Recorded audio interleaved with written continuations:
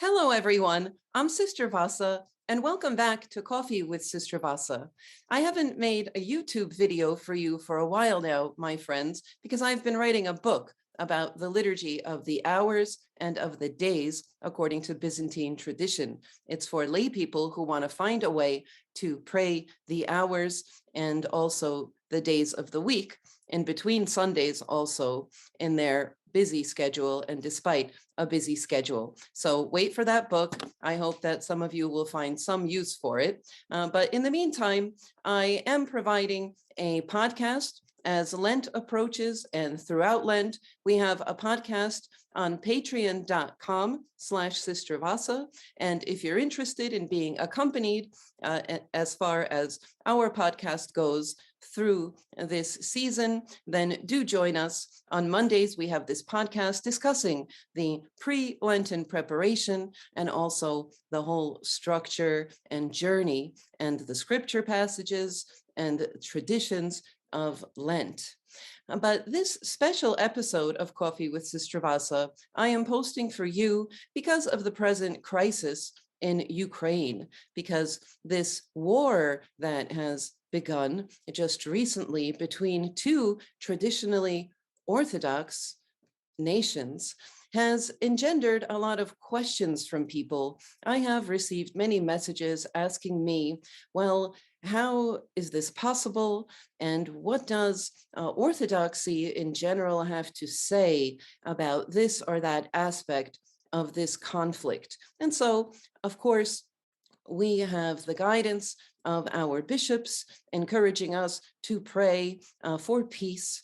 And we certainly are increasing our prayers, not only because of this crisis, but also the intense prayer and fasting season of Lent coming up, but also from the aspect of Orthodox theology, as this does happen to be a conflict between two traditionally Orthodox peoples.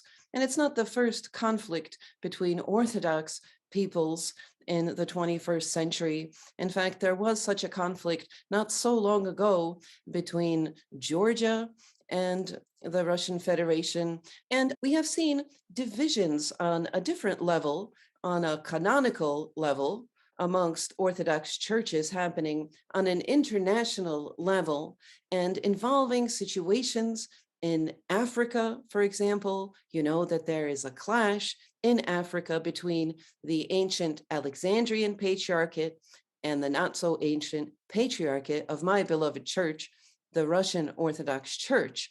This involves referring to church canons. I mean canons, not with three N's, but with two N's.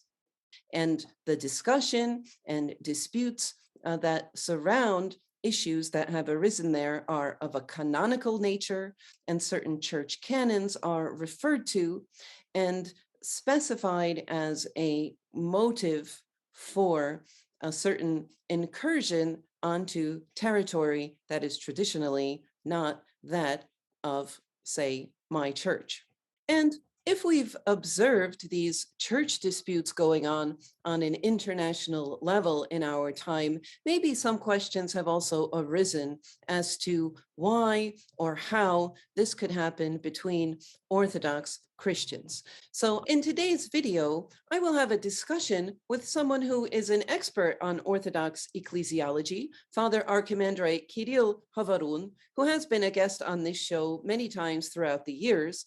And he is author of, amongst other books, of this book called Political Orthodoxies, the Unorthodoxies of the Church Coerced. So he is an expert on questions involving certain political situations throughout church history and the ecclesiology of the church and how these have been interconnected and what sorts of ideologies really can arise from a certain kind of not very felicitous intertwining of politics with Orthodox Christian faith.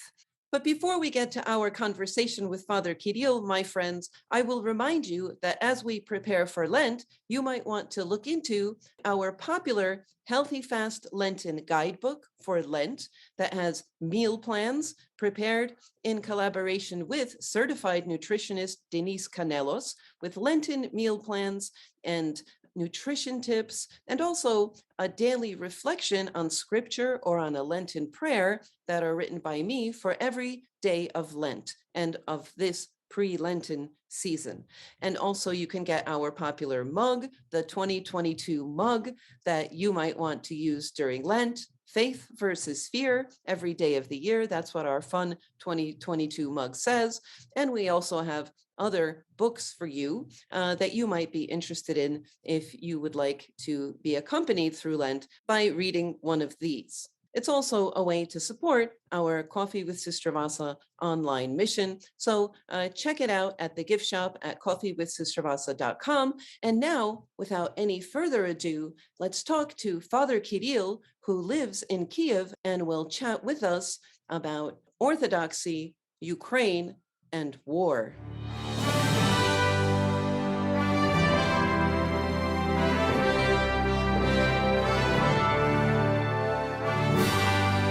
Father Kirill, welcome back to our show.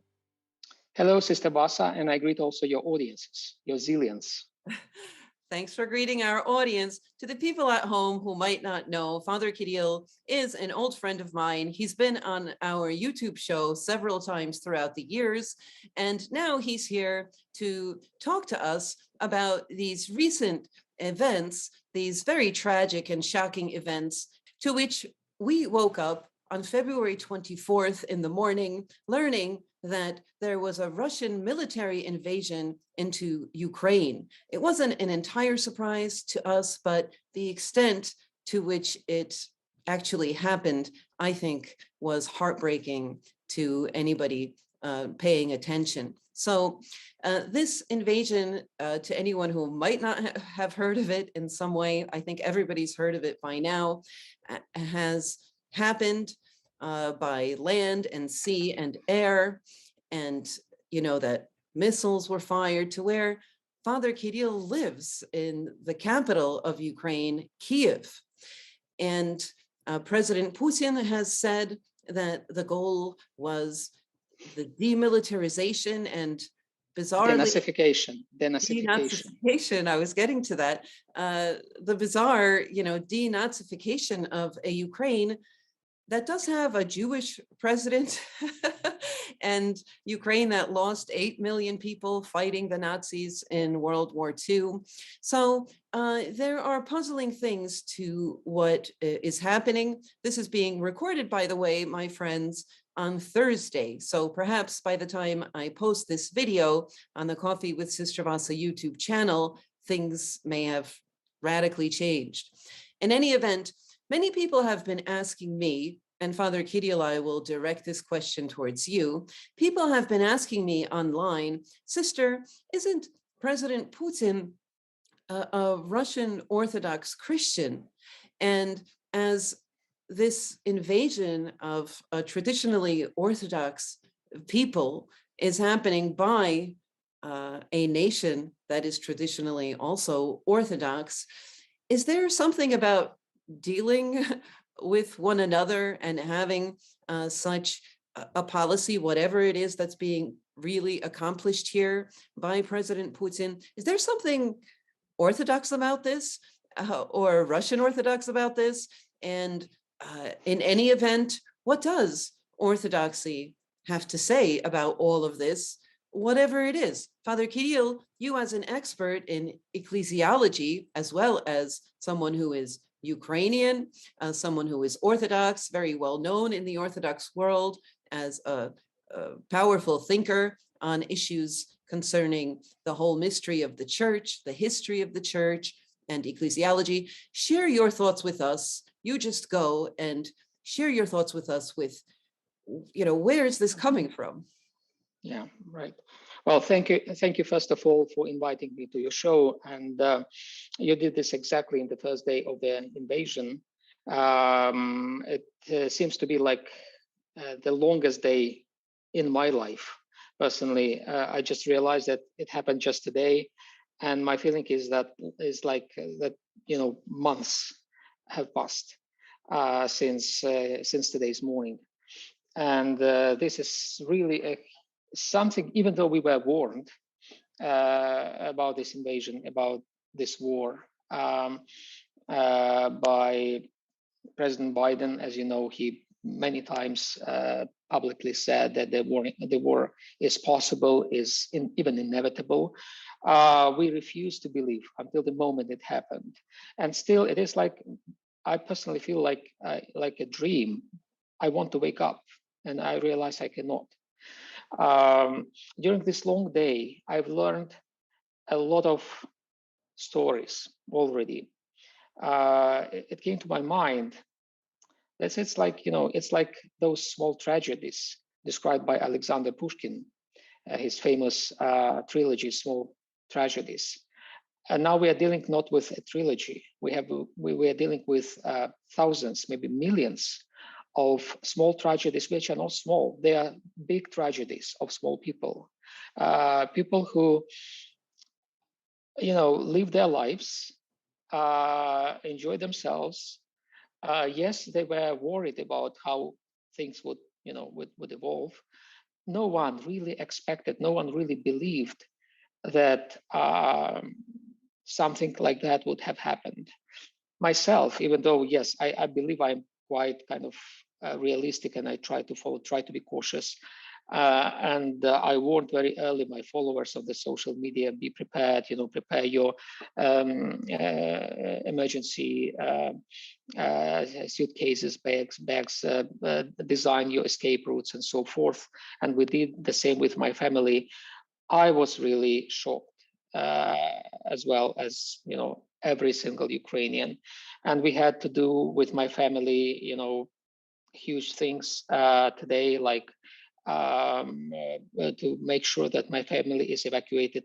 We had to leave our house in Ukraine. My brother went to the military commissariat, right? How do you call it? The agency that recruits soldiers. Your brother, yeah, just to be clear, your brother's signing up, right? Yeah, he's signing up Going to for serve the in the military military service. to defend Exactly. Ukraine. Exactly. Right? Exactly. And we didn't God suspect. bless him, right? So let's pray for Father Kirill's brother. Yeah, well, and for every Ukrainian actually who is. Of course. And many people have lost their lives today. We still don't know how many. We are talking about dozens of people, actually on both sides. And it's a day of huge human loss. And today will be probably not fewer losses of human life. And we don't know when it will end. So this is really something unthinkable. This is unbelievable. And even though, yes, we've lived through this situation since 2014, when, as we believe, as we call it, the first wave of the Russian aggression started against Ukraine, when Crimea was annexed and the war was waged in the eastern part of Ukraine. This is by far a more serious invasion. Well, I'll just say for the folks at home, 2014, my friends at home, in case you don't know, Crimea was annexed by Russia. And after that, there was the self-proclamation of these two regions that you might have heard about, these self-proclaimed People's Republics of Donetsk and Luhansk, that have been in the news this past week. Those two regions. Anyway, I'm not going to say more, but they were, after the annexation of Crimea, the rebels there, self-proclaimed as being independent from Ukraine, but those are Ukrainian territories according to international law. As well as Crimea, yeah. Exactly. As well as Crimea, that's right. Yeah, that's correct. Yes, so this is a new wave of the conflict, a new wave of aggression, which, well, we don't know which can be fatal for the Ukrainian democracy, or if Ukrainian democracy endures it, then it will be a dramatic change in the European on the European political landscape. And well, it will be a dramatic change anyways, whether we lose or we prevail eventually. And certainly the things, first, our relations with Russia will never be the same. Europe will never be the same. Today, it was a day also of reflections about how things have changed, and the life will be different on the European continent. That's for sure. And we just need to make some sense of what is going on, if there is any sense, and to make also some theological reflection. Thank you for asking me about the kind of theological frame, how we could frame this absurd, which is happening, which is going on in theological terms. And I think there is a way to frame this war in theological terms. And I try to do this in my own publications. I think that the language developed by the recent modern political theology is helpful to describe what is going on, particularly the language which was developed in the West in the frame of the post-war political theology, something that people call the theology after Auschwitz. It has been called like that by Jürgen Moltmann, a famous German political theologian who lived personally also through the experience of World War II as a young man. And then he realized that it was a horrible experience, and he tried to to make sense out of that, and he developed essentially a theology which influenced many other political theologians in our time, including the Orthodox ones. And it's probably time for Orthodox theologians to use this language, these ideas, these philosophical frames to describe what is going on. Well, yes, it is a tragedy, but this tragedy, I hope, gives us an opportunity to develop a sort of political theology which can be uniquely Orthodox and can be helpful for us, for our people, to understand where we are and what we can do about that. And I believe that indeed this war has been underpinned by not by religion per se, not but by Orthodoxy per se, but by different forms of abusing Orthodoxy, what I call political Orthodoxy. And I've described this in my book, Okay, Political Orthodoxy. I'm going to back up a little bit. What I'm asking is, what does Orthodox theology and Orthodox thinking have to say about the bigger questions of war, expansionism, and perhaps national identity, all of this whole bundle of issues that seems to be coming to the fore in a very passionate way, and I'm afraid hugely violent way. Share some thoughts about perhaps what you've written so eloquently about various political theologies. Thank you for asking this. I think this is a very relevant question, and I could respond to that in this way. Indeed, our Orthodoxy, our tradition, has emerged from the framework of the symphonic relationship between the church and the state, from the empires. For most of our history, we, the Orthodox, lived in the relationship with the empires, under the shadow of the empires, as a part of the imperial projects.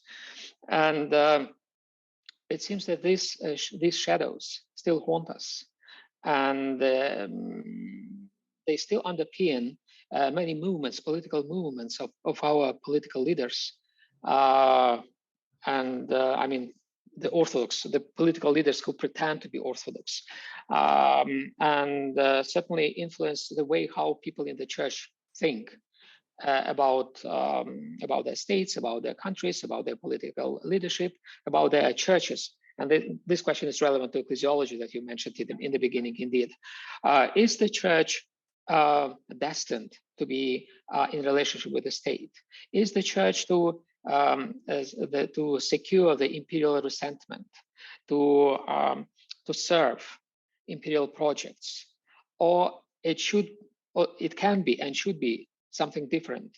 I think in the crisis in Ukraine, the war in Ukraine, what is at stake is exactly this idea: is the church a servant or a part of the imperial projects, or it can be different from the empire, and actually can be against the imperial projects. I just want to remind, there was a kind of revealing and programmatic address made by President Putin just before the invasion. This was on the 21st of February, I believe, where he described in his almost 1 hour long lecture the way how he sees the relations between Russia and Ukraine, and where he suggested his own kind of historiosophical concept, the concept of history. And this concept, I watched carefully this address, this lecture, if you want, and I saw in his historiosophy kind of clear and blunt apologetics of empire, of the imperial way of thinking, of the imperial way of doing things and living political life. He certainly envisaged an empire which he wants to restore, and he believes that Ukraine is not compatible. Well, it's not complying with this vision, and this imperial thinking really underpinned his vision, and I think it's something that attracts a lot of Orthodox people as well. People who think that yes, empire is probably monarchy is probably the best way for the Orthodox people to organize themselves, and that's why Putin has such a tremendous following, right? Many followers among the Orthodox. And I think this vision is outdated, and certainly it's wrong for the present circumstances.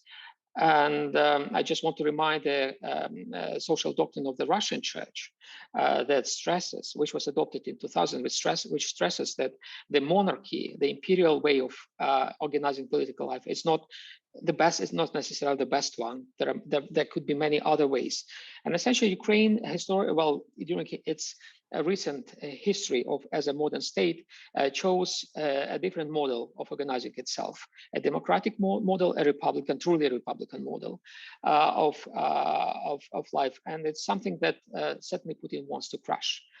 And again, this has to do with the way how the Orthodox perceive. In Ukraine, the increasing number of the Orthodox see as a norm, a democratic way of organizing political life, not necessarily imperial. There is also another thing that I want to stress in relation to that. As I watched the address of Putin, he certainly doesn't believe in the power of people. He believes in the power of political elites, of political leaders. He believes that it's up to the leaders to decide the fate of the people, what they need to follow. That's exactly the reason why he tried to slam the opposition in Russia, why he imprisoned Navalny and other leaders of opposition. He doesn't believe that the people of Russia is eligible to decide. Eligible, right. It's interesting that some of the people I've heard speak about this, church people in the West, just people I happen to know, say in the New York area also, they seem to confuse the terms, even though these are flexible terms, conservative and liberal. In Russia, they project onto Russia their understanding of what liberal and conservative means in America. And they think someone like Navalny, for simply what he's standing up for is really simply his right to run for office. He's a politician. He's not this revolutionary. He's a politician. And according to the original constitution, anyway, of the Russian Federation, he has every right to simply run for office and let the people decide, right?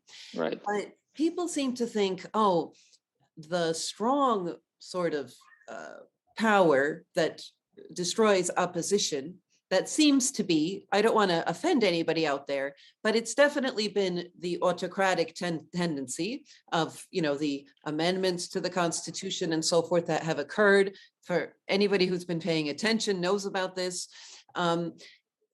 The autocratic tendency seems to be, in American eyes that are pro the Putin regime, they seem to think, oh, conservative means, family values, Christian stuff, somehow Orthodox, and all of that is conservative, right? But liberal is democracy, whereas traditionally in the United States, those who were strongly for the American Constitution, for American values, those were the conservatives.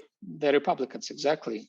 Yes. Hence is the name of the party, the Republican Party. So it's upside not the down. monarchical party. Yes, exactly. I was born and raised in the United States. I don't think that being pro, freedom of speech, the way that our church was able to thrive in the United States, nobody cared.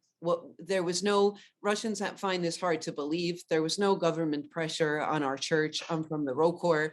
The way we thrived, we're able to have our own microcosm all the time, and still do, in the United States. Nobody ever thought that that was a liberal thing to value, religious freedoms and freedom of speech, and to value the American Constitution or constitutional rule of law, to say, no, the executive, the autocrat, can redefine laws. He can control the judiciary branch and control the courts. That would not be, a conservative thing to value. Anyway, I just wanted to say that. Oh, that's a very good point. And I just want to jump on in briefly that indeed, I believe because of that, the kind of resemblance between the Russian agenda, conservative agenda, and the American conservative agenda is very superficial in its root. In their roots, they are very different, because the American conservative agenda is Republicanist. It's about we are the people. And the Russian agenda, conservative agenda by Putin, first of all, it's not by pro-family, because he's a divorced man. He just dumped his wife, and who knows how he lives, whatever. Did not divorce her. He said that he was never married to her, the mother of his two daughters. He said they were never married. So they split up from a non-marriage. So this is another sort of non-marriage, and he stands for family values. For family values, exactly. And we're not going to talk about the other wives.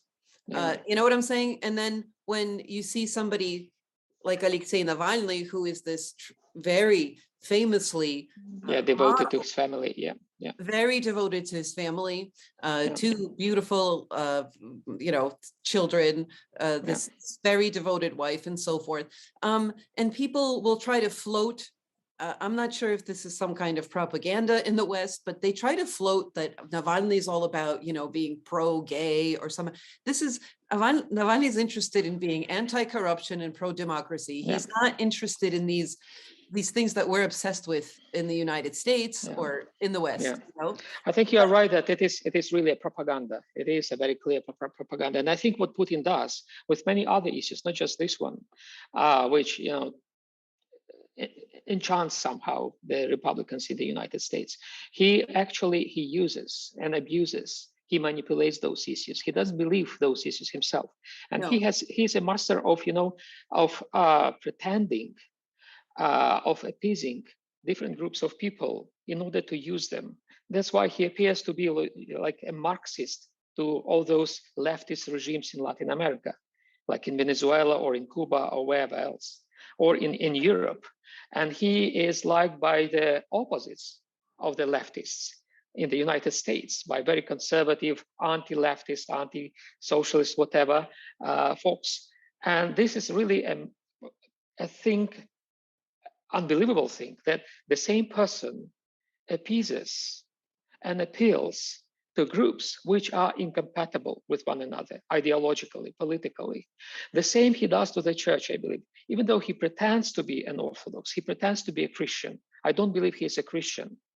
Well, I personally believe he is anti-Christian to a great extent, because he distorts the idea of Christianity. He really plays the church, and the problem is that the church allows him to play it. I believe that what does President Putin believe in then? Well, that's a very good point. He never revealed what he believes himself. There are different external testimonies, witnesses who testified about his faith. And they are rather negative about his faith. I just want to mention his former friend, a Russian kind of bank owner in exile, Pugachev, who is famous to be like an Orthodox oligarch, whatever. And he testified about Putin's faith as non-existent. And in my belief, in my opinion, his spirituality, his religiosity is non-Orthodox. It's peculiar. It reflects more, this sort of post-Soviet or late Soviet spirituality, religiosity, which is very dualistic, which is very cheap, superstitious. In the address that I mentioned before on the 21st of February, that somehow preceded the invasion to Ukraine, he somehow revealed what he really believes. And as I watched him, I realized that his religiosity, his spirituality, his way of believing is non-Orthodox in the way that it is closer, much closer to, Gnostic, dualistic way of practicing or, living one's faith. He sees the world in black and white.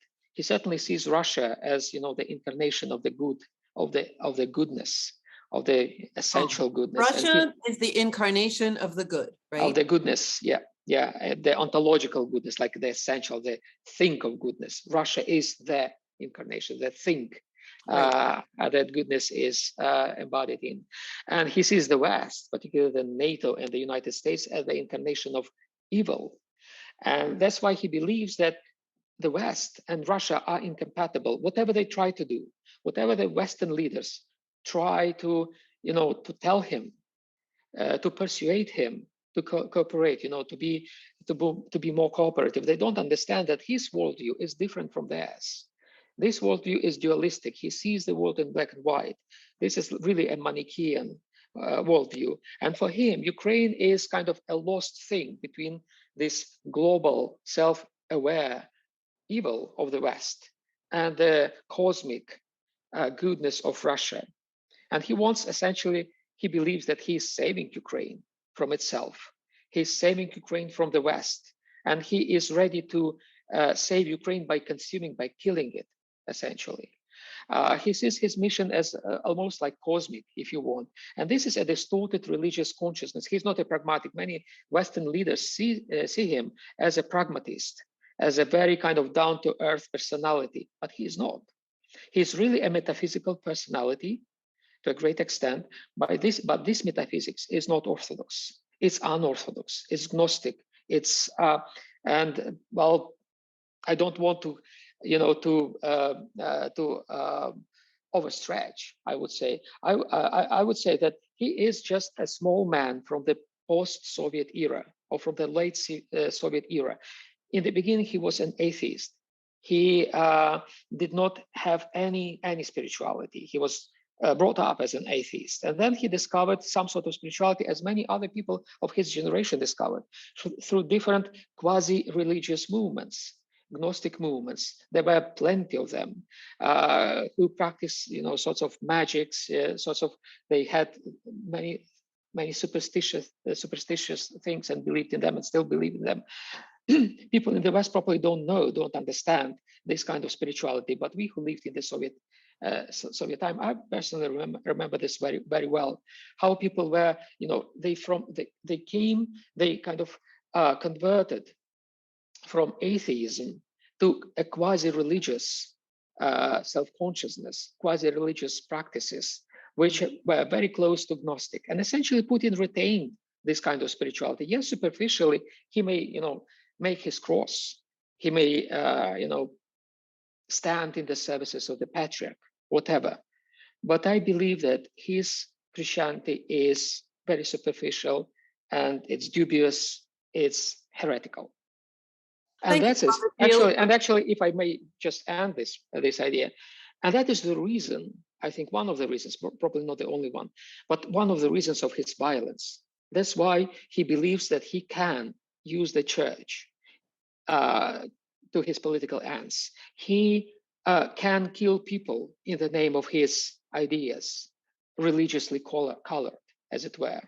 I mean, that is a truly religious person, a truly Christian, cannot do things that he does, cannot go to war, cannot kill people. Sometimes, again, not to, offend anybody, but sometimes it's really disturbing and simply sad to observe what we call in Russian the hamstva. We don't have an English word for hamstva. It comes from the name of Ham, Yeah. one of the sons of Noah, who was the son who did not turn away from Noah's nakedness when Noah, the biblical Noah, everybody, drank wine for the first time, not knowing the effects of wine, was lying naked in his tent, and Ham laughed at his father instead of covering him up, as did his two other brothers, Sim and Japheth. Anyway, so to be rude, especially disrespectful of people who are due respect, is known as Hamism or hamstva in Russian. Yeah. So I think President Biden today called him a bully. The spirit of insulting everybody, being hugely disrespectful, that's been noticed by so many people in Russian diplomacy, the foreign service and diplomats, whether it's Sergei Lavrov or whether it's Maria Zakharova, they're famously rude, and then when Putin says something like in the wake of this Ukrainian invasion, he actually threatened the West with the atomic bomb if they interfere.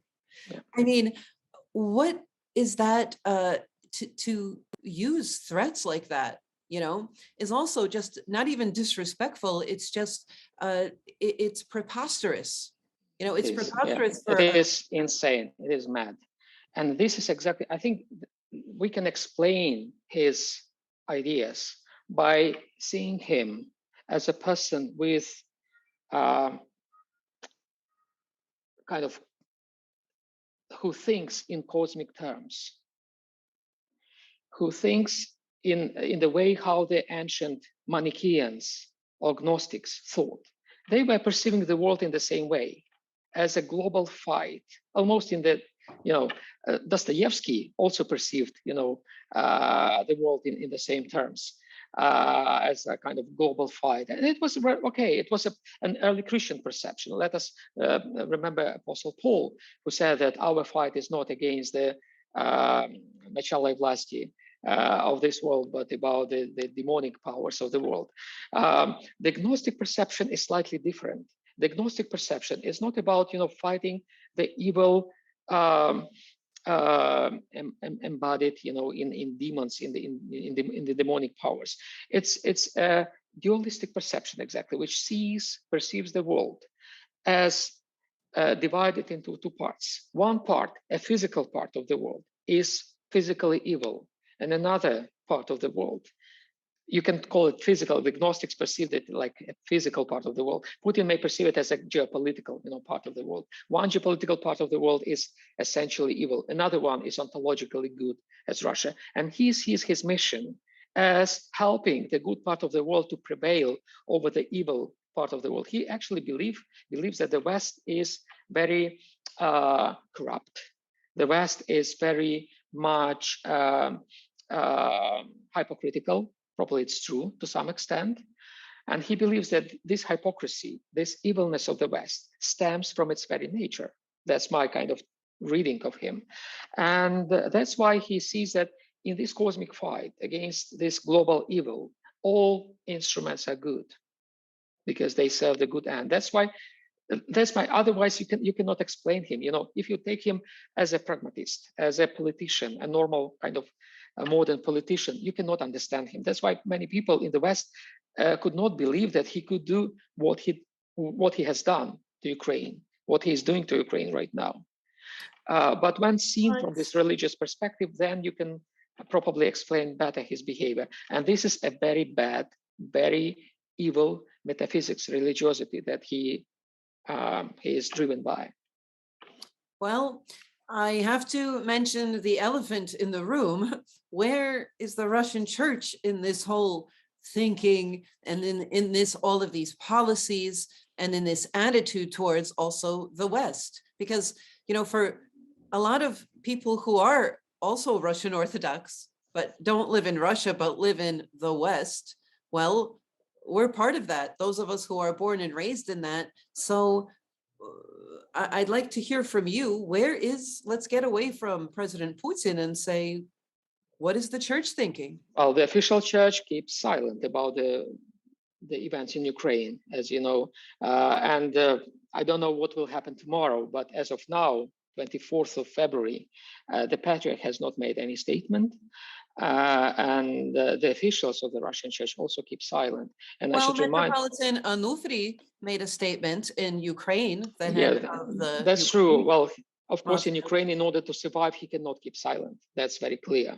I mean, as the church, because people are so much upset. Okay, Father Kirill, but I'm thinking more about, again, I want to return to talking about Russian Orthodoxy, of which I am a part and love very much. I want to talk about how is this, say, expansionism and empire kind of thinking, right? How is it perhaps spilling into the way that we as the Russian Orthodox Church perhaps deal with the rest of Orthodoxy? Do you see perhaps this kind of expansionist thinking spilling into the way the church deals internationally, perhaps recent events in Africa? Is there a kind of, well, they're not us, or we've established that they're not on our side, say the Greeks, right? And everything is allowed now for us because they're not on our side. And maybe we've labeled them as Westerners. I don't know if the Greeks qualify as part of the West. Well, they are the members of the NATO mainly. Oh, okay. So I want to ask a provocative question. Again, this might offend some people, but everything offends everybody online anyway. But I think the elephant in the room, as far as this conversation goes with the Russian church and the Russian state and expansionism, well, do you see a connection to what's going on in Africa in the way there's been what anybody that knows anything about canon law would think a very serious trespassing across a border that's been there from the very beginning of any kind of Orthodox canon law? Well, that's exactly, I think it's very clear and obvious that there is a connection, there are parallels, just like in the case with the traditional values. Those who promote traditional values and pretend to protect them, they violate them often in the first place. The same is with the canons, like in Africa. They say that they do it in the same as what? With what? With the canons? With Africa, yes, with the canons attitudes to the canons in Africa. They say that they do it, the expansion to Africa, in the name of the canons of the church, right? To protect the purity of the canonical tradition of the church. And they violate the basic canons of our church, like the canons that postulate, the rights of the Alexandrian Patriarchate in that region. And they're basic. I mean, they were adopted by the same Council of Nicaea that adopted our creed, Christian creed. Right. And for anybody, for the folks at home who might not know, there was this event that happened when the Alexandrian Patriarchate, you see, my friends at home, in case you don't know, Orthodoxy has 5 old patriarchates known as the Pentarchy. So this goes back to, well, we should say the 5th century, if we want to look at these 5, right? Yeah, it was kind of mature. The system was matured by the time of the 5th Ecumenical Council, more or less, and right. So, and before that, Chalcedon. Yeah. So because of the split with Rome, Rome is not in this list anymore, but it was Rome, Alexandria, Constantinople. No, Constantinople, Alexandria.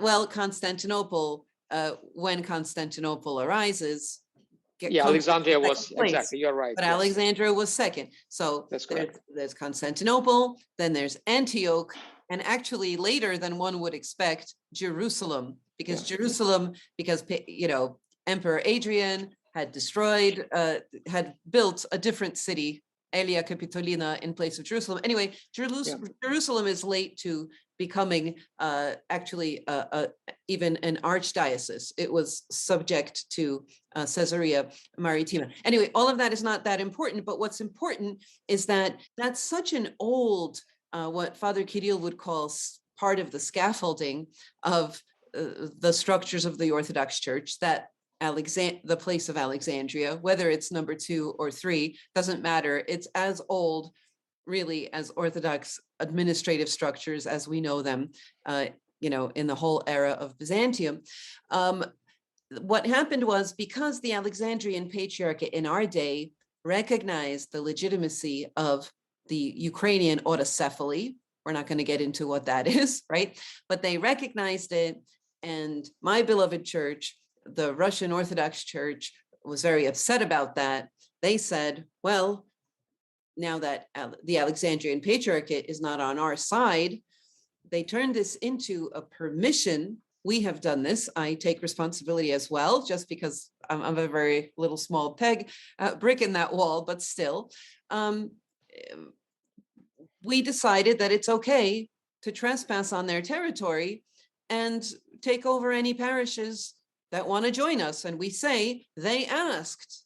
And then we point things out, like maybe you guys read about this online, my viewers, but we even say, I think very cynically, well, look at these Africans, that they have dire conditions, and we're going to build them nice churches. Now it's like some kind of a charity, you know, like some kind of a charitable action.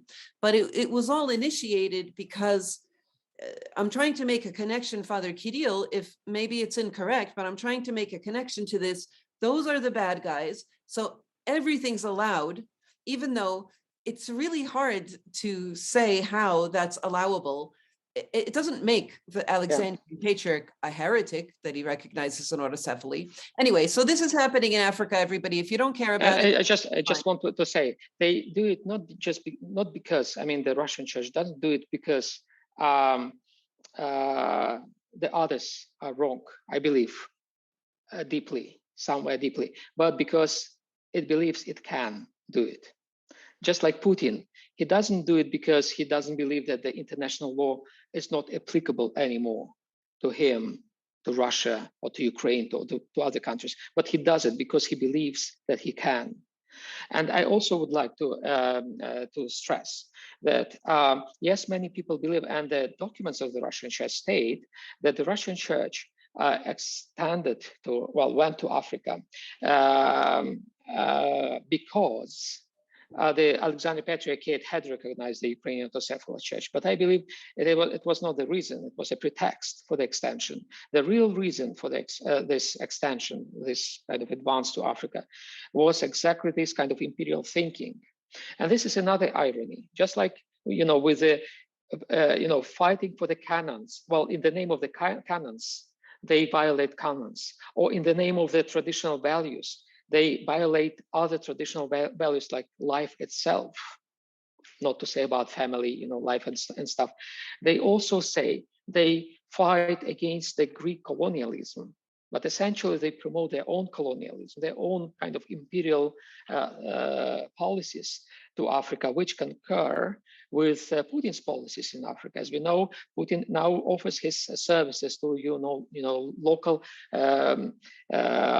autocratic, sometimes quite totalitarian regimes, quite kind of harsh dictatorships, to protect them from their own people. And here we can also see the part that Putin doesn't believe in the people. He believes in the leadership. He believes that the leadership is always right, even if leadership is they're completely crooks. You know, they are completely incapable, incompetent. They oppress and kill their own people. He doesn't care. Right. In Africa, or in Ukraine, or in Russia. Okay. So I want to really break this down and get to the point, because I think we might be a little bit confused about, you did say initially that Putin believed in his heart that the West was evil. It's a different thing that you're saying now, I think. It's maybe Yes, they yeah, go go parallel, ahead. but it's different to say, no, all of that, good versus evil actually doesn't matter, because he believes, or this whole way of thinking, it doesn't matter if it's a church representative in this mindset, whether it's Putin himself, maybe it's some kind of post-Soviet phenomenon of somebody perhaps who was not fully converted after that horrible, dark period of atheism in Russia. Maybe this is just, I want to propose this theory. Hypothesis. What I'm hearing from you, that actually there's a cynical underlying, simply, we want more. We want the empire. That's different. That's basically power hunger. That's thirst for power. That's thirst for conquest. It's very primitive, right? Yeah. And that's what's going on. But we have pretexts, whether it's in Lugansk and Donetsk, pretending that there's some Ukrainians that blew up a Jeep in an empty parking lot, whether pretending that there were какие-то там диверсанты, or I don't know who it was, claiming that they are the aggressors. And then when we establish whether it's, I don't know, sometimes maybe it's true or not, but there's a pretext that's what you just said. There's a pretext, but there was a preset goal to conquer. Yeah, that's a different story. I see your point, and I think your point is very good. At the same time, I don't believe that those two motivations, the imperial motivation and this metaphysical motivation, if you want, this kind of dualistic motivation, are not compatible with one another. They are compatible, because you can expand an empire just for the sake of the empire, as many did and many do or want to do, right? Or you can do this with the idea that, well, I actually expand the goodness in the world. I make the world better, a better thing. I think Putin believes that it's not just the expansion of the Russian zone of influence, of political influence, the kind of wrestling between the empires in the 19th century. It's not just that. I think he may believe, but again, it's difficult to read his mind. It's my hypothesis that I do about his motivation, this metaphysical, quasi-religious motivation, that he believes that by expanding the Russian Empire, he makes the world a better place. He improves the world. It's very similar to what the communists did in the 20th century. They believed that by spreading the communist ideology across the world, to Africa, to Asia, by setting up and supporting puppet regimes in different countries, they do the good thing. They make the world better. Father Kirill, Ruski Mir, I don't know if the folks at home are familiar with this, but it's kind of this idea that it literally means Russian world, not to be confused with Russian peace. It's not Pax Russica. No, it's Russian world. It's rather the opposite. Really, to spread Russian culture. This is what I don't understand about it, right? Because there's an idea to unify actually Russians that are spread out, and Russian language is to be fostered. It's like, fostering basically Russian culture. But what I don't understand about this, it's not the same as the idea of spreading American democracy, right? That has obviously also had its misfires, and America's not loved for this in some parts of the world. However, American culture actually did spread to the point where everybody anywhere on the globe wears jeans, everywhere, anywhere on the globe listens to Hollywood music, music, movies. This is not something we're even seeing China do. People aren't eating with 2 sticks instead of forks because they've realized that there's a better way of eating than with chopsticks. They don't watch Chinese movies, except now I notice on airplanes. Anyway, I'm not going to go down that rabbit hole. One does see Chinese movies, but Russian culture, I don't see it as being very exportable. At least it hasn't caught on in ways that everybody's learning Russian, and so this idea that for the first time, actually, I'm hearing in Africa, there was the pretext now that's been offered. I think I'm sorry, everybody, if you're being offended by this, but there is this pretext of we're concerned that they don't have nice churches. We're going to build better churches because the Greeks. I wish they could. I don't believe they will do. But anyways, it's. But, we're trying to get to the bottom of, is there this, what is behind this expansionism? It's very interesting that you're saying we truly believe as Russian Orthodox that we're bringing better life? Or is it just Well, the true life. I remember, some priests in Moscow saying that we are the center of the world. Why? It's very simple. Because Orthodoxy is the only true religion. We in Moscow are the center of this true religion. Therefore, very simply, we are the center of the world. That is the equation.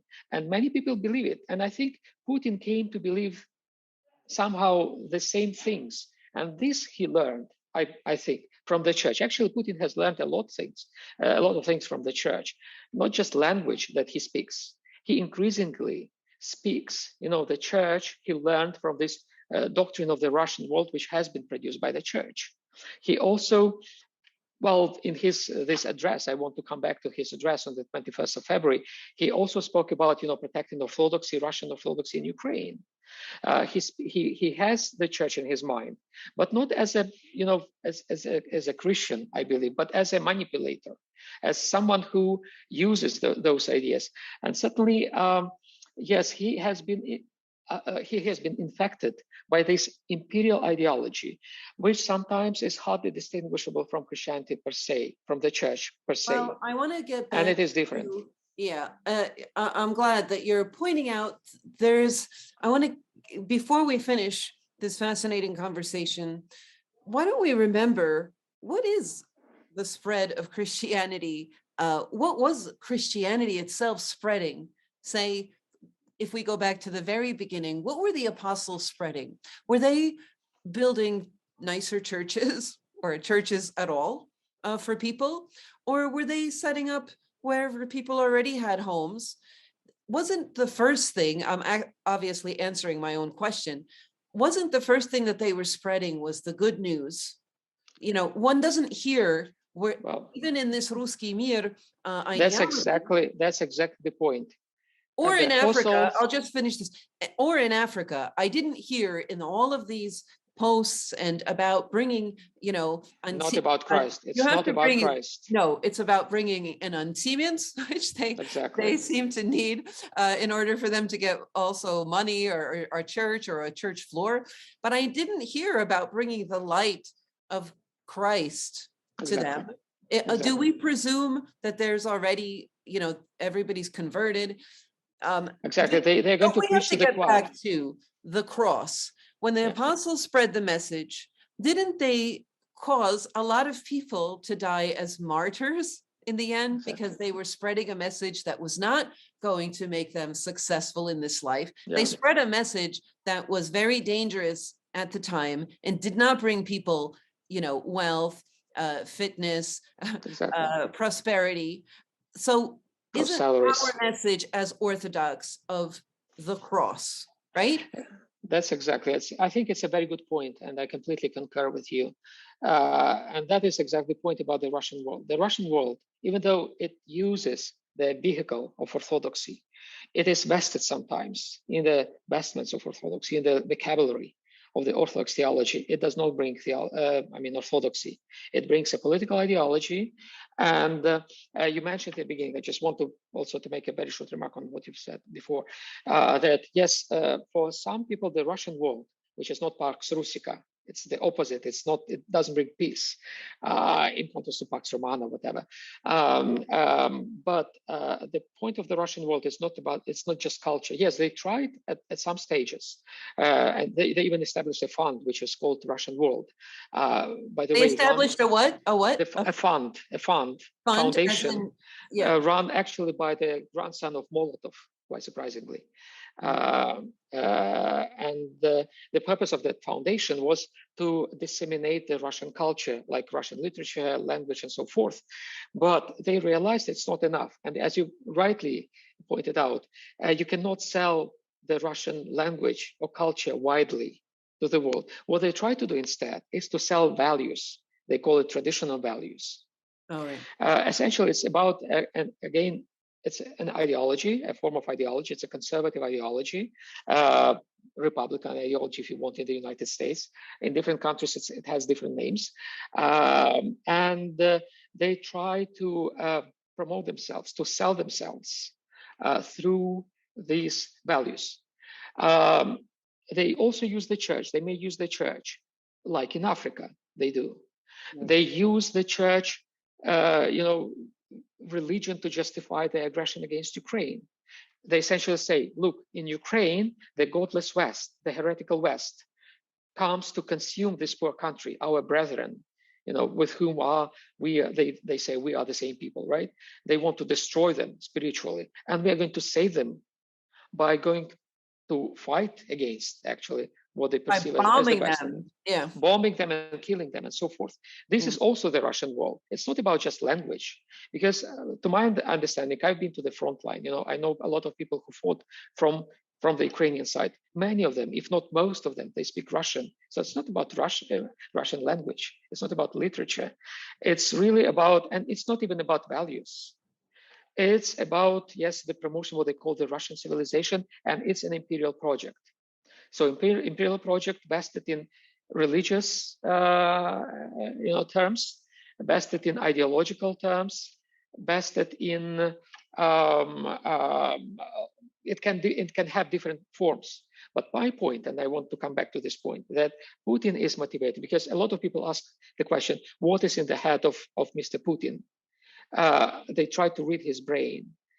My reading of his brain, my reading of his motivation is metaphysical, and it's a very bad metaphysics, evil metaphysics.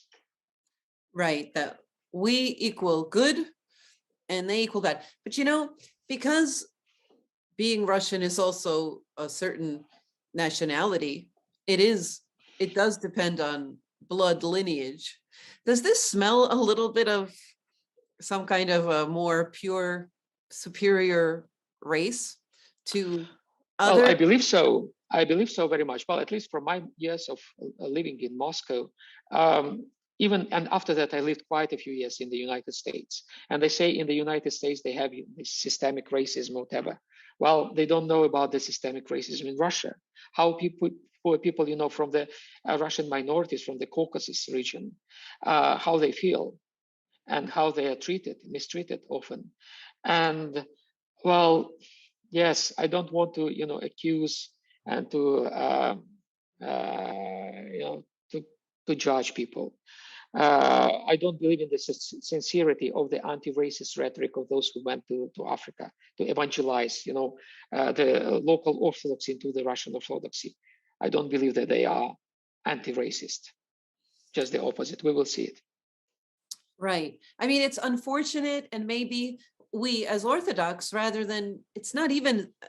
it's certainly not a matter of, trying to accuse somebody of something, because all of us as Orthodox carry responsibility for a very long, I think, inheritance and perpetuation of certain ways of dealing with the state, and especially in certain home countries. And this is a trap, I think, that we haven't been able to come out of in certain. Okay, you have to at the video, because I don't even know. No, that's good. If you allow me to say one more thing about this, I think what we are dealing in the case of the Russian world, it's a sort of exceptionalism. Yes, we know about the American exceptionalism, right? That we are the city upon the hill. We are an exceptional nation with a global mission.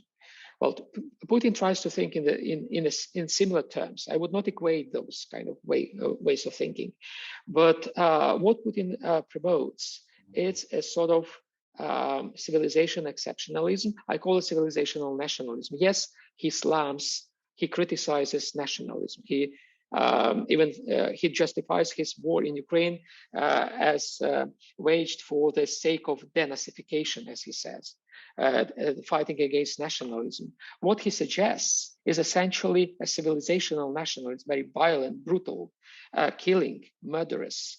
And what he's doing in Ukraine, it's not nationalism really. Yes, there are nationalists in Ukraine. Yes, there are, but I don't believe they constitute the majority. What Ukraine is heading to is the creation of the civil society, a very strong civil society that is beyond national identity. Yes, they respect the national identity. Yes, they embrace some kind of healthy national identity. Many people whom I know in Ukraine, who are probably believed to be nationalists, they are against nationalism because they believe in the power of the society, that we the people, we the citizens, regardless of what language we speak, regardless of what national background we have, either we are Jewish or Tatars, Muslims or Ukrainians or Russians, we are the people. We are the citizens, and that's what unites us. That is exactly I would say, the political mainstream in Ukraine, something that Putin doesn't stomach. Yes, under the guise of nationalism, he says this is nationalism, but this is not. What he really fights, what he really fears is the people, the civil society. That's why he tries to eliminate civil society in Russia. That's why he throws to prison people like Navalny and many other activists, not just like Navalny. That's why he tries to destroy Ukraine, because it is an existential threat to him, not just to his imperial thinking, not just to the Russian Empire, but to this very kind of vertical way of thinking that I, as a ruler, I know much better than the people what they want, what they need. Yes. I don't believe in the people. I believe in the leadership, my own. I am Louis XIV. That is essentially his ideology. And what Ukraine suggests is we, the people, matter much more than our rulers. And this is the existential threat to Putin's regime. Right. Thank you so much, Father Kirill. I think that has, of course, implications for the very content, the very heart of Christ's teaching in our lives. I mean, there is a deeply anti-Christian, there's a deeply anti-the cross, the way of the cross, element to the kind of respect for just hard force, hard power, as expressed in military power or even money, to come to a place like Africa and say, we can offer more money is deeply anti-Christian. Oh yeah.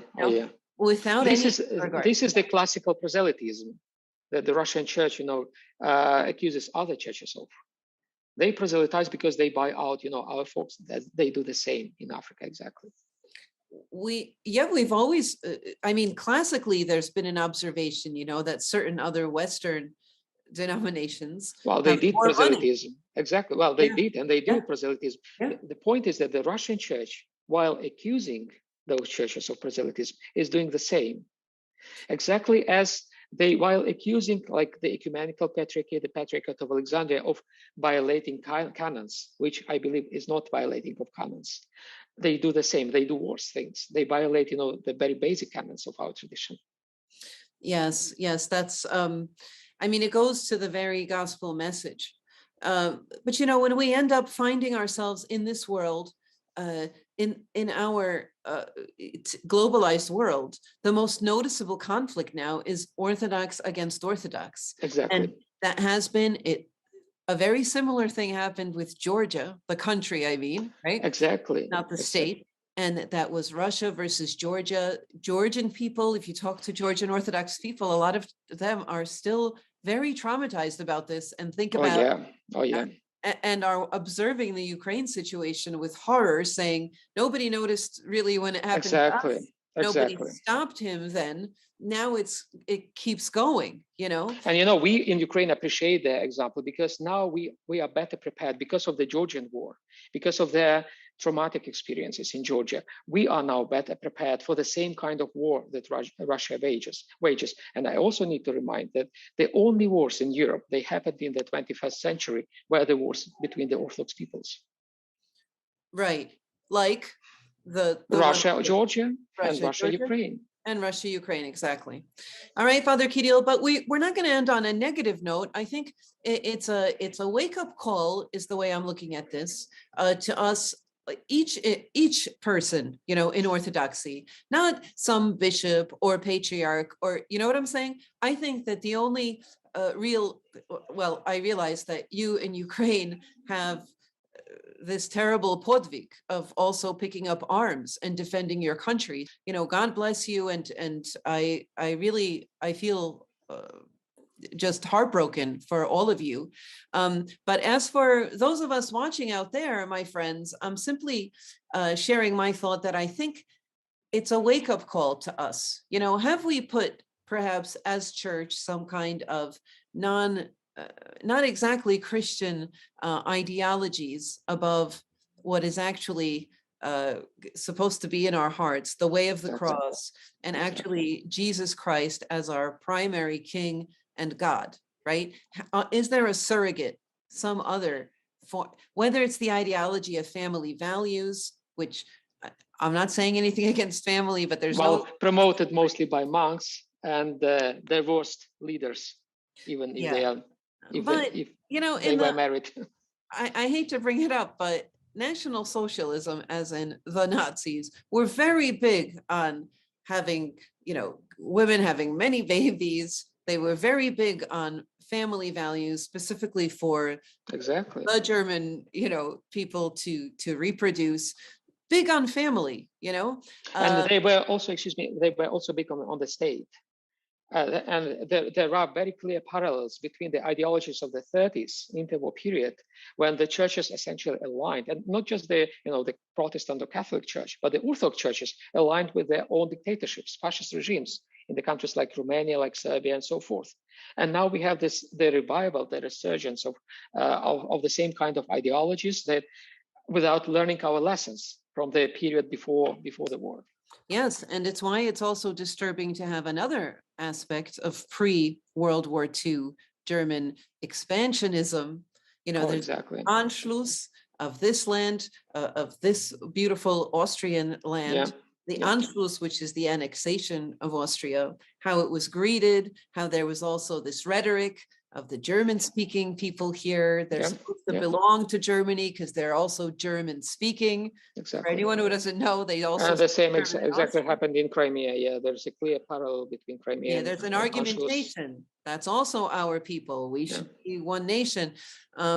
It's disturbing to people in Europe to observe this expansionism because of parallels people have not forgotten, that everybody's watching as this happens. And it seems like there is somebody not very healthy in the head that's doing this expansionism. And is this going to come out into, a full-blown war? But we have the way of the cross, my friends. That is the weapon of peace. The weapon of peace, оружие мира, right? Exactly, Father Kirill, thank you so much for your precious time right now. You have donated to us, contributed. Thank you so much for sharing your thoughts. Reminding everyone, do go to this link.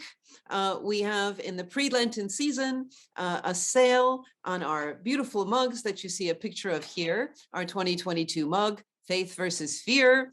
Every day of the year, it's a fun mug. We have our Healthy Fast Lenten guidebook available for you with reflections for every day of Lent and meal plans for every day of Lent. If you run out of ideas, or if you don't really know how to do Lent, the season of renewal and of wellness, both physical and spiritual.